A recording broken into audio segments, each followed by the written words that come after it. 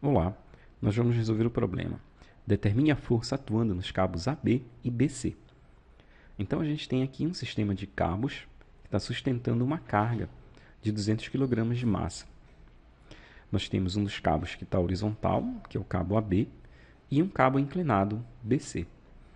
E temos um outro cabo que está aqui verticalmente, que está conectado à massa de 200 kg. Então, as duas forças que nós precisamos calcular são as forças atuando nos cabos AB e BC. Então, se a gente fizer o equilíbrio de forças em torno desse ponto B, a gente tem como mostrar essas duas forças no diagrama de corpo livre. Então, a partir do diagrama de corpo livre, a gente pode então escrever as equações de equilíbrio e calcular o valor dessas forças. Então, a gente vai fazer, como primeiro passo do processo, o desenho do diagrama de corpo livre. Então, como a gente vai ter que colocar todas as forças atuando no diagrama de corpo livre, a gente pode logo fazer uma coisa importante aqui, que é calcular a força-peso que está associada com essa massa de 200 kg. Então, essa massa de 200 kg ela vai gerar uma força-peso, que vai ser igual a massa vezes a aceleração da gravidade.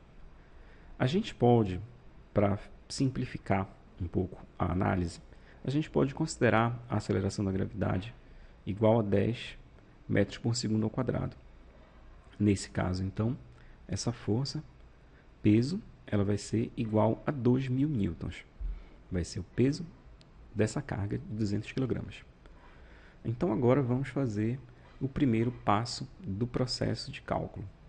Esse primeiro passo, ele sempre é a gente desenhar o diagrama de corpo livre.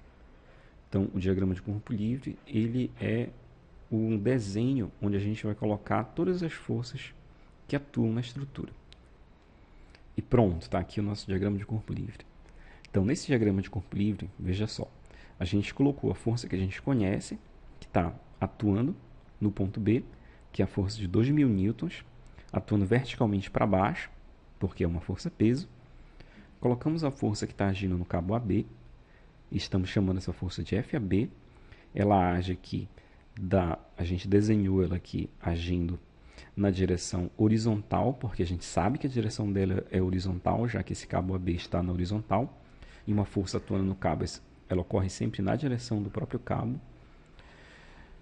E o sentido, a gente tem que desenhar um sentido para essa força no diagrama de corpo livre, apesar de a gente não saber o valor dela. Então aqui a gente desenhou esse sentido arbitrariamente aqui da direita para a esquerda. Da mesma maneira, a gente desenhou a força atuando no cabo BC. Nós chamamos ela de FBC e nós colocamos ela na direção de 30 graus, porque é a direção que o cabo BC se encontra. E o sentido a gente colocou aqui arbitrariamente. Então esse é o diagrama de corpo livre. São as forças que estão atuando no ponto B. Agora a gente vai precisar fazer um processo que é um segundo passo da análise, que ele é necessário nesse caso, porque quando a gente for fazer as equações de equilíbrio, a gente vai precisar escrever as equações de equilíbrio nas direções horizontal e vertical, que a gente costuma chamar comumente de direções x e y. Então, como a gente tem aqui a força de 2.000 newtons, que já está na direção vertical, e a força FAB, que já está na direção horizontal, a gente não vai precisar decompor elas duas. Porque quando a gente for fazer a somatória das forças nas direções x e y, quando a gente for escrever as equações de equilíbrio, a gente vai precisar que essas forças estejam ou na direção horizontal ou na direção vertical.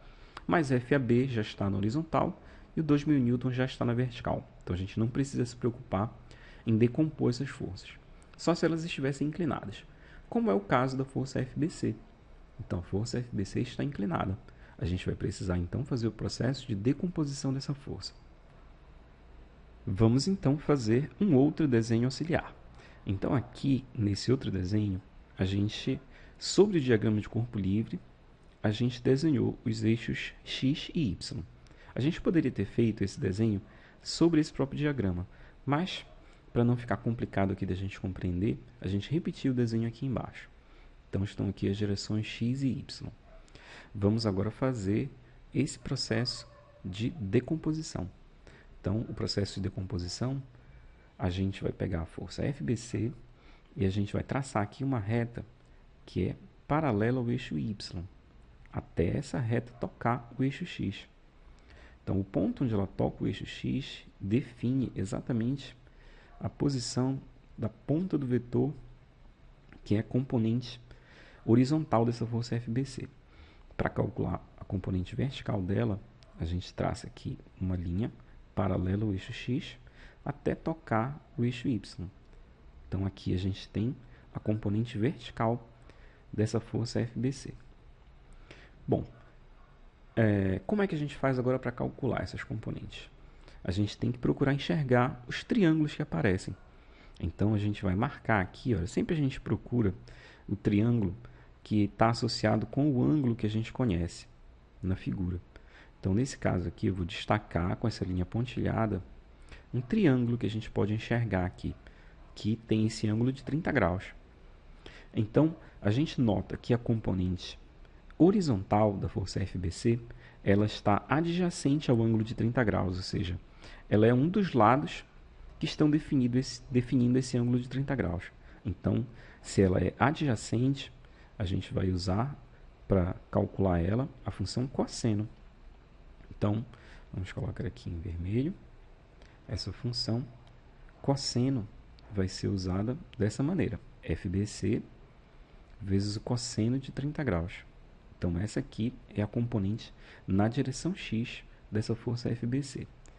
E a componente aqui na direção Y, se a gente olha o triângulo, olha, ela é do mesmo tamanho desse cateto aqui do triângulo, que é oposto ao ângulo de 30 graus.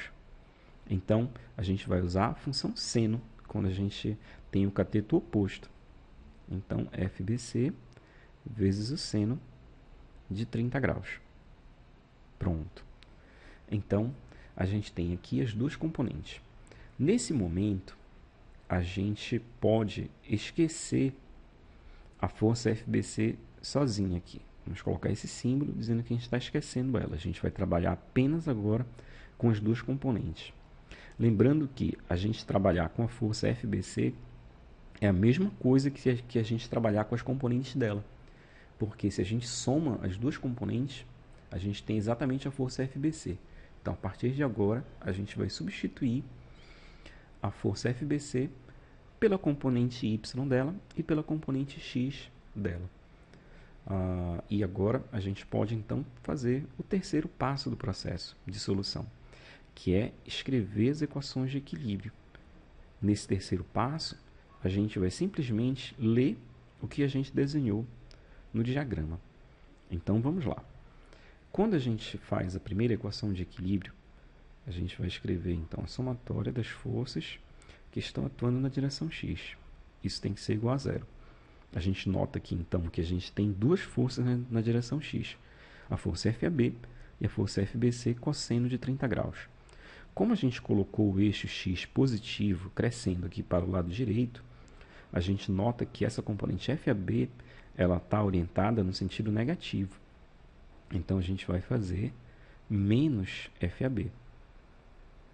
A outra força que aparece no eixo X é a força FBC cosseno de 30 graus. Como ela está no sentido positivo, aqui ela está orientada no sentido positivo, então a gente vai fazer mais FBC vezes o cosseno de 30 graus. Então, como são apenas essas duas forças, a gente vai igualar isso a zero. Então, a gente tem aqui a primeira das nossas equações de equilíbrio. É a equação que expressa o equilíbrio na direção X. Vamos escrever agora a segunda. A segunda é o somatório das forças na direção Y, que também tem que ser igual a zero. Então, na direção Y, a gente nota que tem duas forças. A força FBC seno de 30 graus, que é positiva, porque ela está orientada no sentido positivo do nosso eixo Y. Então, vamos colocar a positiva, FBC seno de 30 graus. E a força peso, que está orientada no sentido negativo. Então, ela vai entrar negativa na equação. Menos 2.000 newtons. Isso aqui é igual a zero. Então, a gente tem a segunda das nossas equações de equilíbrio. Bom, Agora, a gente tem as duas equações de equilíbrio, podemos fazer o quarto passo do processo de solução, que é exatamente a solução dessas duas equações de equilíbrio. Quando a gente olha as equações de equilíbrio, a gente nota que a equação 1 ela tem as duas incógnitas, mas a equação 2 ela tem apenas uma incógnita, que é o FBC. Então, o que a gente pode fazer? A gente pode começar a resolver o processo através da equação 2. Então, é isso que a gente vai fazer. Vamos indicar aqui que a gente vai fazer o processo de solução, começando com a equação 2. Então, a gente vai isolar esse termo FBC. Vamos fazer por partes aqui. FBC, seno de 30 graus. Esse menos 2.000 a gente passa para o outro lado, 2.000. E, finalmente, a gente vai fazer FBC igual a 2.000 dividido pelo seno de 30 graus, porque a gente vai passar esse seno de 30 graus para o outro lado. Como ele está multiplicando aqui, a gente vai passar ele dividindo. Quando a gente faz esse cálculo, a gente encontra o valor de 4.000 newtons. Então, esse é o valor da força que está atuando no cabo FBC. Vamos agora usar a equação 1 para a gente calcular o valor do FAB. Então, eu vou indicar aqui, vamos indicar aqui, que a gente vai usar agora a equação número 1.